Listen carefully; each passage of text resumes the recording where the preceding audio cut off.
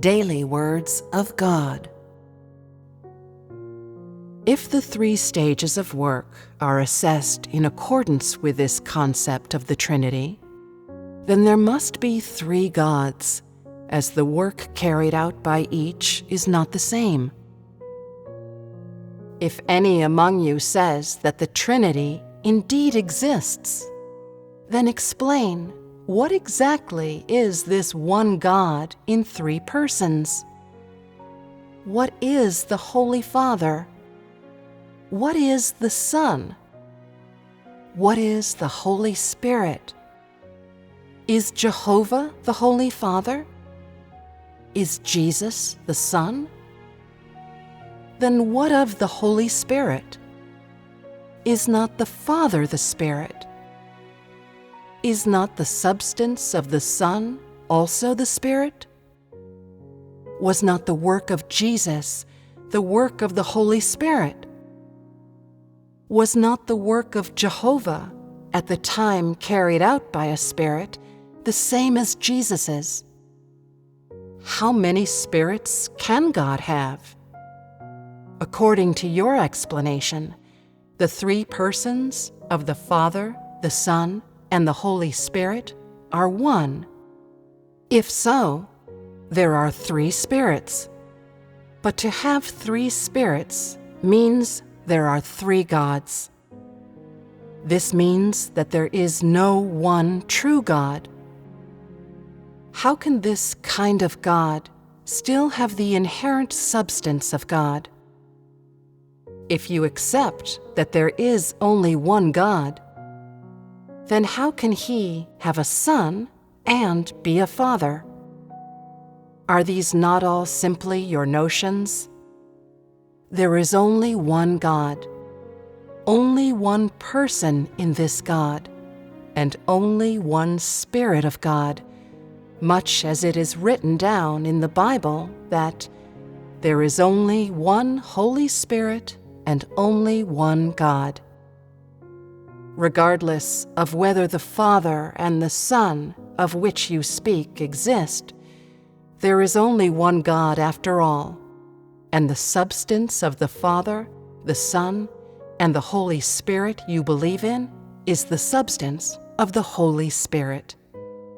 In other words, God is a spirit, but He is able to become flesh and live among men, as well as to be above all things. His Spirit is all-inclusive and omnipresent. He can simultaneously be in the flesh and throughout the universe. Since all people say that God is the only one true God, then there is a single God, divisible at will by none. God is only one Spirit, and only one person, and that is the Spirit of God. If it is, as you say, the Father, the Son, and the Holy Spirit, then are they not three gods? The Holy Spirit is one matter, the Son another, and the Father yet another. They are distinct persons of different substances. So how then can they each be part of a single God? The Holy Spirit is a spirit. This is easy for man to understand. If so, then the Father is even more so a spirit. He has never descended onto earth and has never become flesh. He is Jehovah God in the hearts of man, and He is certainly a spirit as well. Then what is the relationship between Him and the Holy Spirit? Is it the relationship between Father and Son? Or is it the relationship between the Holy Spirit and the Spirit of the Father? Are the substances of each spirit the same? Or is the Holy Spirit an instrument of the Father? How can this be explained? And then, what is the relationship between the Son and the Holy Spirit? Is it a relationship between two spirits, or the relationship between a man and a spirit? These are all matters that can have no explanation.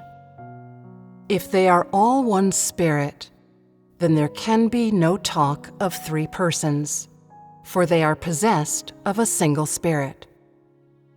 If they were distinct persons, then their spirits would vary in strength, and simply they could not be one single spirit.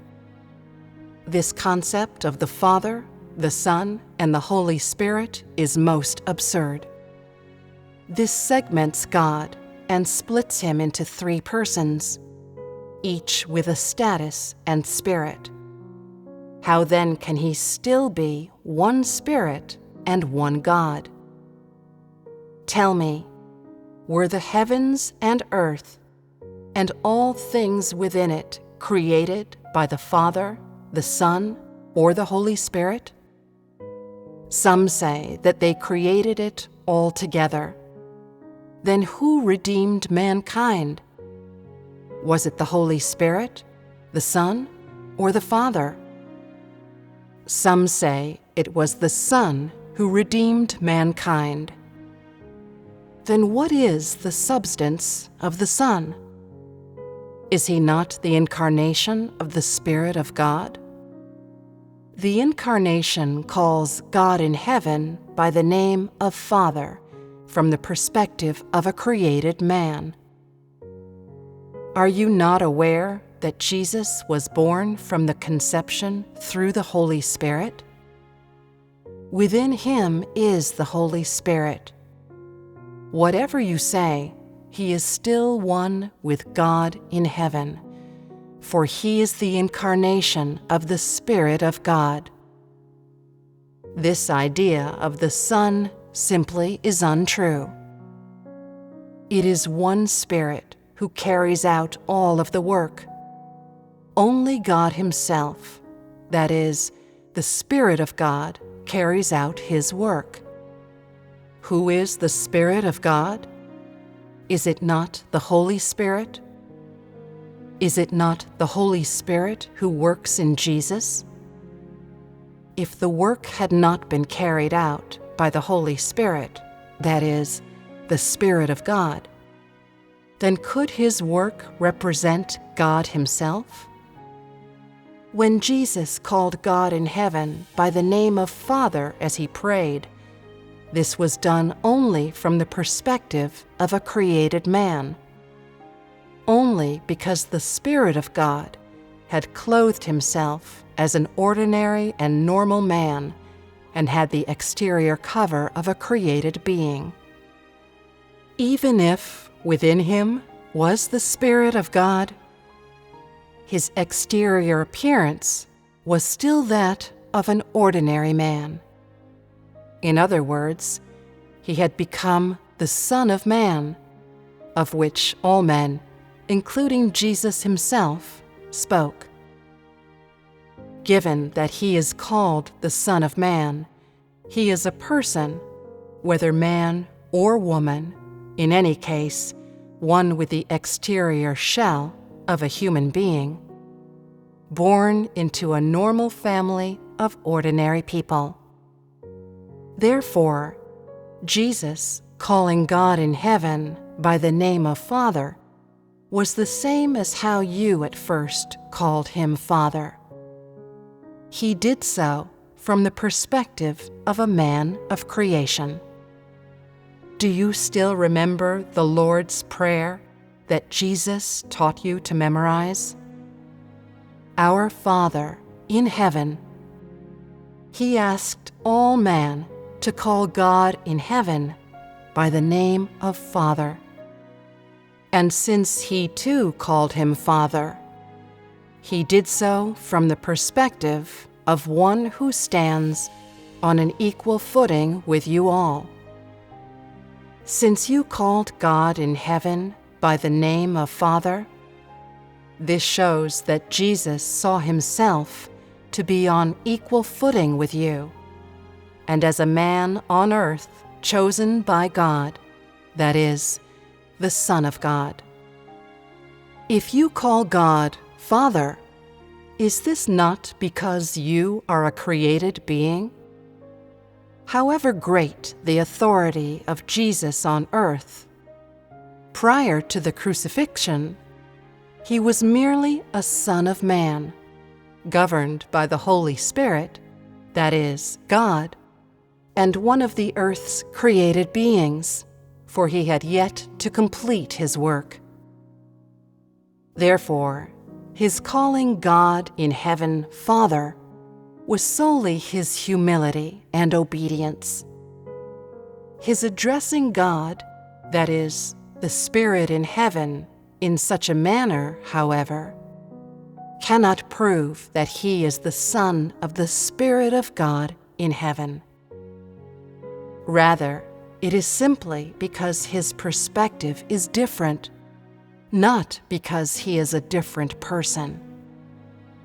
The existence of distinct persons is a fallacy. Prior to his crucifixion, Jesus was a Son of Man bound by the limitations of the flesh, and he did not fully possess the authority of the Spirit.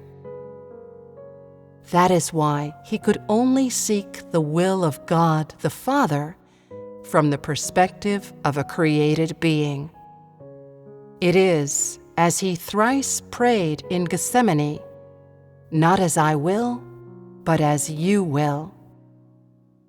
Before he was laid on the cross, he was but the King of the Jews. He was Christ, the Son of Man, and not a body of glory.